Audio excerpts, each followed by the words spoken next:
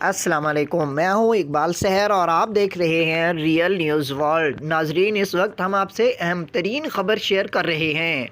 کراچی میں اہل سنت والجماعت کے مرکزی رہنما اور صوبائی قانونی مشیر مولانا سلیم کھتری کے قتل میں ملوث 2 ٹارگٹ کلرز کو گرفتار کر لیا گیا ہے۔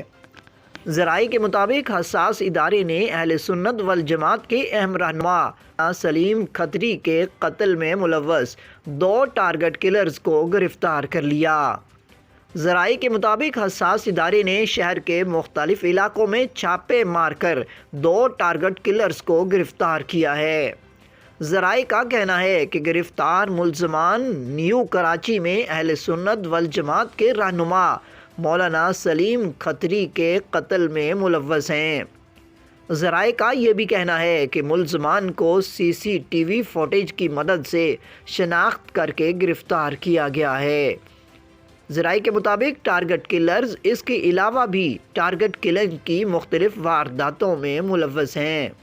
واضح رہے کہ گزشتہ دنوں اہل سنت والجماعت کے صوبائی قانونی مشیر اور کراچی ڈویژن کے رہنما مولانا سلیم کھتری کو کراچی میں شہید کر دیا گیا تھا۔